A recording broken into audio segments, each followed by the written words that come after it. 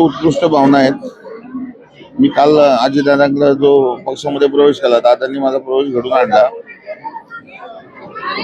आता चारी ह्या प्रभागामध्ये 4 कॅन्डिडेट आहेत, उमेदवार आहेत.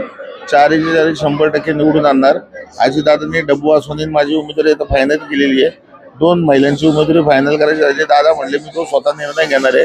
दादा जे उमेदवार देतील ते आम्हाला मान्य असतील आणि त्याप्रमाणे आम्ही 4 नगरसेवक इथं निवडून आणू. आणि इथंच काय पिंपरी-चिंचवड शहरामध्ये दादांचे जे उमेदवार असतील तिथे आम्ही मदत करू आणि महापालिकेवरती अजितदादांची सत्ता आणण्याचा 100% प्रयत्न करणार आणि सत्ता येणार.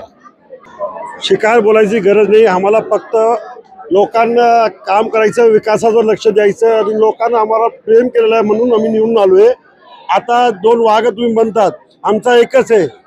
आमचा पॅनल कसं येणार आहे आणि जास्त मतांनी कसं येणार आहे हे तुम्ही आता बघू शकतात. लोकांचा प्रेम